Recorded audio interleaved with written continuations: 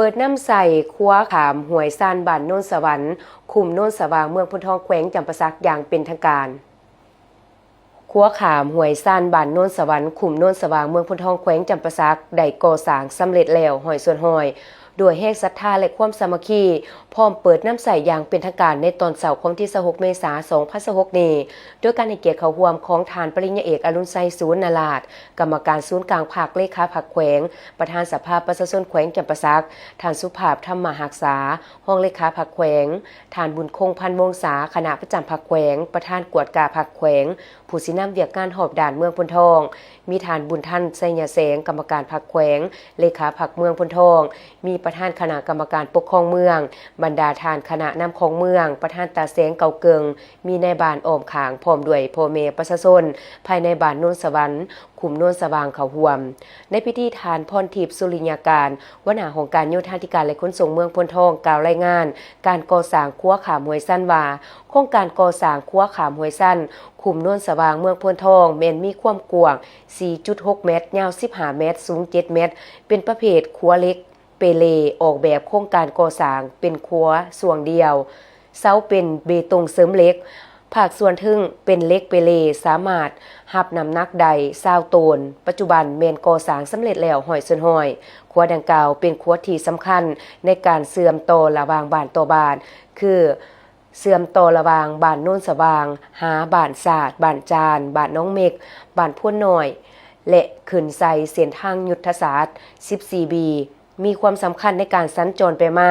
มีความสะดวกสบายในการค้าขายทำมาหากินต่างๆเส้นทางนี้แต่ก่อนการสัญจรแม่นลำบากในระยะฤดูฝนพ่อแม่ประชาชนที่สัญจรต้องได้เที่ยวทางเว้นที่มีระยะทางยาวไกลฉะนั้นด้วยความเป็นห่วงเป็นใยของการนำแขวงจึงได้นำเอาองค์การปกครองแต่ละขันและพ่อแม่ประชาชนก่อสร้างครัวขึ้นเพื่อความสะดวกสบายในการไปมาของพ่อแม่ประชาชนโดยเฉพาะทานปริญญาเอกอรุณไซศูนย์นาลาดเลขาภาคแขวงประธานสภาประชาชนแขวงท่านสุภาพธรรมหักษาห้องเลขาภาคแขวงจำปาสักบวกกับแห่งศรัทธาเจ้าอธิการวัดโน่นสว่างเป็นแกนกลางในการปลุกระดมทื่นฮ้อนจากออกตนญาติโยมภายในและประกอบส่วนจากภาคส่วนต่างๆอื่นๆอีกจนสามารถก่อสร้างครัวให้สำเร็จในมูลค่าการก่อสร้างทั้งหมด1.3 ล้านกว่าเก็บ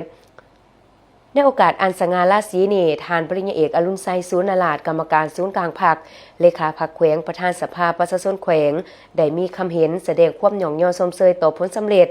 โดยการมีส่วนร่วมของทุกภาคส่วนในการก่อสร้างครัวดังกล่าว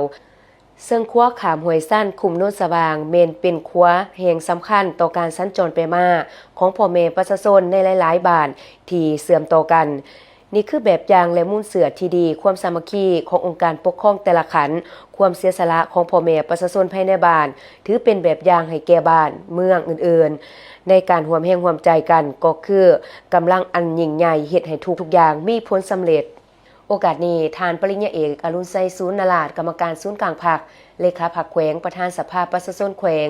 ท่านสุภาพธรรมหักษาห้องเลขาภาคแขวงท่านบุญคงพันวงศาคณะประจำภาคแขวงประธานกวดกาภาคแขวงพร้อมบรรดาแขกที่เขาร่วมให้เกียรติตักเทพาลั่นของ9 บาทเพื่อความเป็นสิริมงคลอีกด้วย